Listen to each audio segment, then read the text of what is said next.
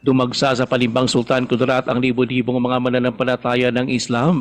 Ito ay para makibahagi sa The Common Good in Islam Conference. Ayon pa kay Sultan Kudarat Governor Datu Pang Salimang Dato, ipinakita ng mga participants sa nasabing pagtitipon ang matibay na paninindigan sa isang mithiin. Ito ay ang panalimin ng pangunawa, patatagin ng pamumuno at isabuhay ang pananampalataya para sa kabutihan ng lahat. Dagdag pa Limang Dato, ang buong municipal complex ng Palimbang ay napuno ng mga taong pinakilos ng malasakit, katarungan at paglilingkod. Kaya ayon sa gobernador, ramdam din ang sigla, mga isip na natuto, mga pusong nakikinig at mga mamamayang nagkakaisa sa pamamagitan ng pananampalataya. Ayon pa kay Dato, ang pagtitipon ay organisa ng provincial government ng Sultan Kudarat, katuwang ang Kunag Institute Philippines at Palimbang LGU.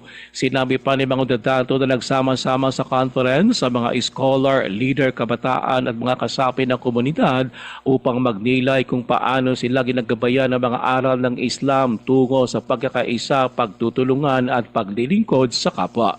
Ruel Osano, NDBC, Bida Balita.